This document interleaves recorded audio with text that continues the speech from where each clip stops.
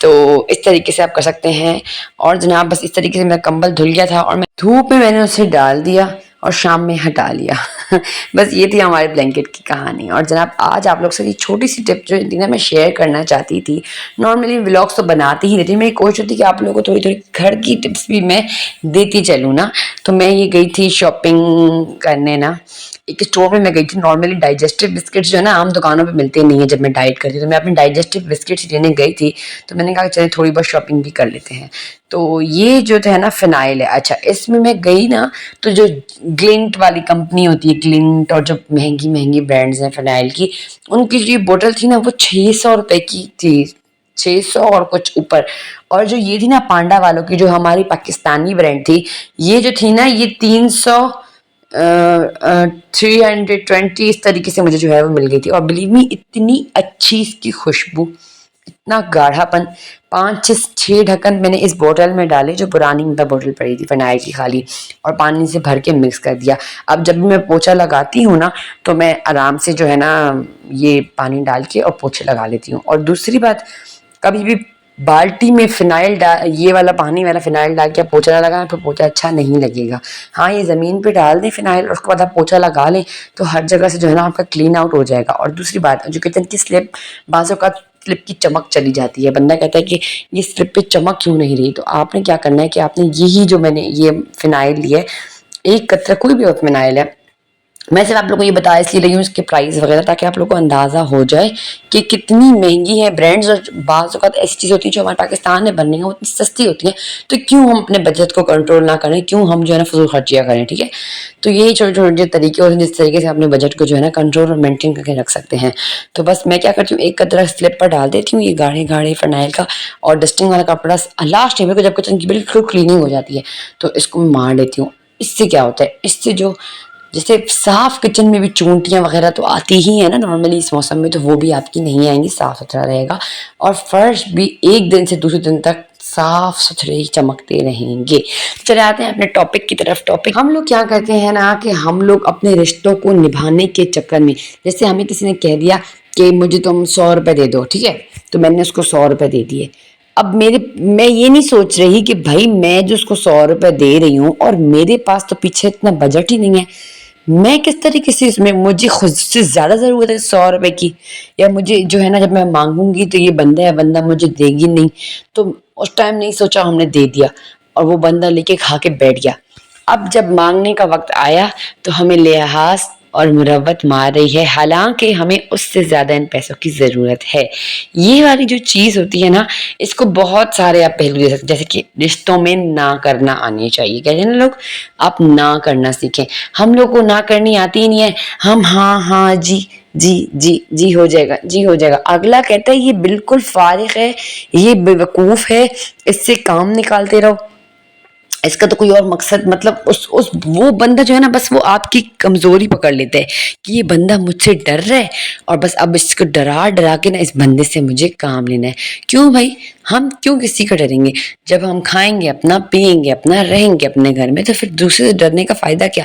ہاں عزت کریں, تمیز کریں, لحاظ کریں, لیکن اتنی بھی لحاظ نہیں ہونی چاہیے کہ اگلا جو ہے نا وہ کم نسل ہو اور آپ کو جو ہے نا وہ بے وقوف اور نہ سمجھ کے اور اپنے کام نکال رہا ہو. تو بس اس پوائنٹ میں جو ہے نا کہ آپ نے سمجھداری دکھانی ہے اور عقل سے کام لینا ہے.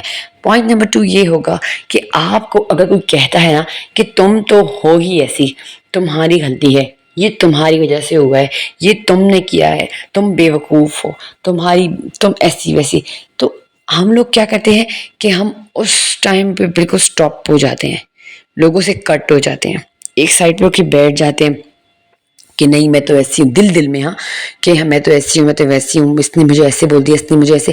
ہم ان کی باتوں کو نا اپنی زندگی پر, اپنے دماغ پر سوار کر لیتے ہیں. ہم یہ نہیں سوچ رہے ہوتے کہ بھائی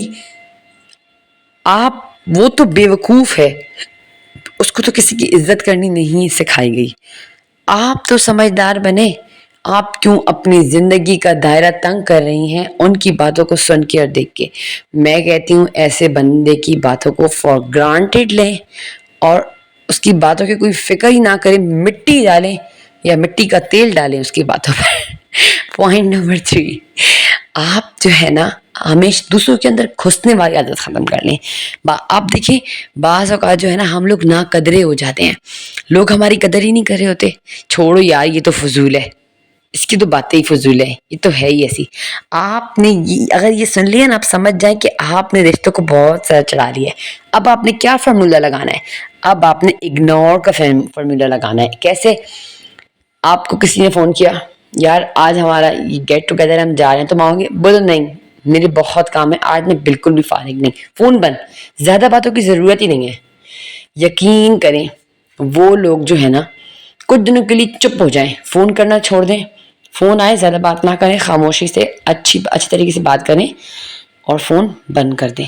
اپنے پاؤں کو پیچھے کر لیں, اپنے پاؤں کو کھینچ لیں. اس سے کیا ہوگا؟ اس سے جو رشتے ہیں یا فرینڈس ہیں یا کوئی بھی فیملی سرکل ہے اس میں آپ کی ویلیو بڑھے گی. یہ جو اگنورینس ہے نا یہ ویلیو بڑھانے کا فارمولہ ہے زندگی میں.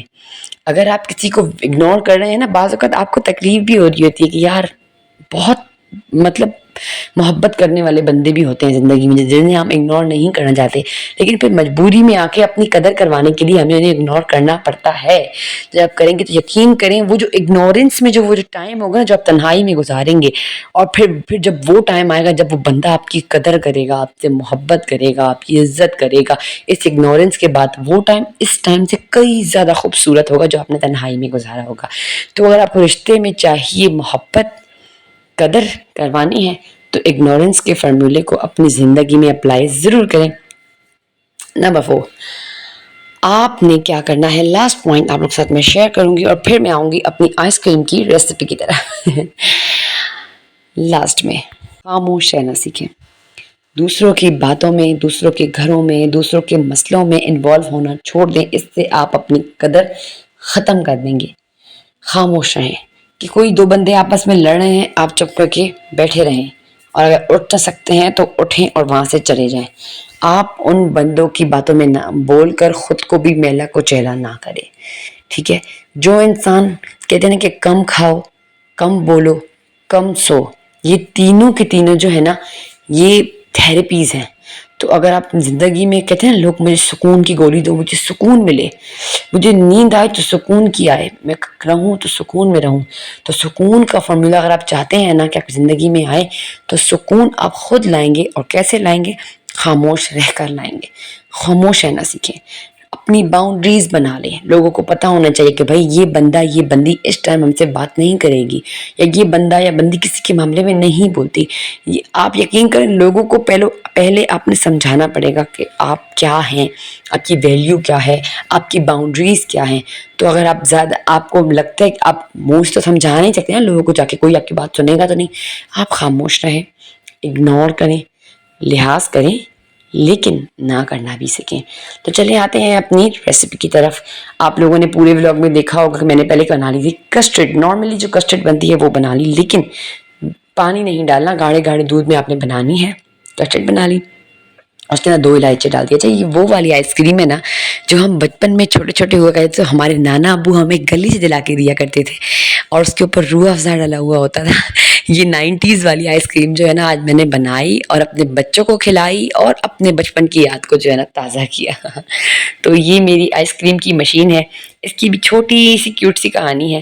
جب میں چھوٹی تھی تو میں نے اپنے ابو سے ضد لگائی کہ مجھے آئس کریم کی مشین چاہیے, اور میں نے ضد لگا کے وہ مشین حاصل کر لی تھی. تو یہ مشین جو ہے نا نارملی بہت بھی آگے نہ جائیں تو 17-18 سال پرانی تو ہے ہی ہے, لیکن یہ بالکل نیو ہے, میں نے یوز نہیں کیا یہ, بلکہ میں جہیز کے سامان میں پڑے جو ہے نا تھوڑی بہت اس میں زنگ وغیرہ لگ گیا تھا. تو بس یہ مشین میں نے لے لی تھی, پھر امی نے مجھے یوز کرنے نہیں دی, جو کہ میں اپنے جہیز میں شادی کے بعد پھر لے کر آئی, جیسے ہماری مشرقی مائیں کرتی ہیں. اور اس کے بعد جو ہے نا میں نے کہا اچھا دیکھیں کسٹرڈ بنا کے اس کے اندر ڈال دی, سائڈ میں برف کا چورا کر کے, اور نمک, پھر برف, پھر نمک, 2-3 لیئر لگا لی. مشین کو کر لیا اسٹارٹ. آدھے گھنٹے میں الحمدللہ بہت ہی مزے کی آئس کریم بن کے جو ہے تیار ہو گئی. وہ جو گلی پہ نہیں آتے آئس کریم, یہ وہ والی آئس کریم تھی. تو چلیں جناب لیتی ہوں آپ سے اجازت. امید کرتی ہوں آپ لوگوں کو میرا آج کا ولاگ پسند آیا ہوگا, اور اگر پسند آیا ہے تو ویڈیو کو زیادہ سے زیادہ شیئر کیجیے گا، کمنٹ کرنا بالکل بھی نہ بھولیے گا، اور چینل کو سبسکرائب ضرور کیجیے گا۔ اور اگر آپ کو بھی آئس کریم کھانی ہے 90s والی، جو بہنیں مجھے دیکھ رہی ہیں، تو آئیں ضرور آئیں، میں آپ لوگوں کو بھی آئس کریم بنا کے کھلاتی ہوں۔ نماز پڑھیں، قرآن پڑھیں، اللہ کا ذکر کریں، شکر کریں، اپنے گھر والوں کی، آپ کے جو آس پاس میں لوگ ہیں موجود ہیں ان کی عزت کریں، قدر کریں، لیکن یہ ہے کہ خود کی قدر کروانا نہ بھولیں، خود کو دوسروں کی نظر میں نہ گرائیں، سمجھدار بنیں، سیانی بنیں، ہوشیار بنیں، خاموش رہیں، ان فارمولوں کو اپنی زندگی میں اپنائیں، اپلائی کریں، اور پھر کمنٹ میں آئیں اور مجھے ضرور بتائیے گا کہ کس طریقے سے جو ہے نا میرے مشوروں نے آپ کی زندگی بدلی ہے۔ بعض اوقات ایسا بھی ہوتا ہے نا کہ میری پیاری بہنیں کمنٹ میں بتاتی ہیں مجھے کہ آپ کی جو ہے نا اس کی وجہ سے بہت زیادہ سپورٹ ملی ہے، ہم بہت زیادہ جو ہے نا سمجھ آ رہی ہے کہ کس طریقے سے ہمیں جو ہے نا لوگوں کو ڈیل کرنا ہے، کس طریقے سے گھر کو چلانا ہے۔ تو بس اسی طریقے کے مزیدار لوگ جو ہے نا آپ لوگ کے لیے حجابی ہوم میکر لے کر حاضر ہوتی رہے گی۔ لیتی ہوں آپ سے اجازت، رکھیے مجھے اپنی دعاؤں میں یاد۔ السلام علیکم ورحمۃ اللہ۔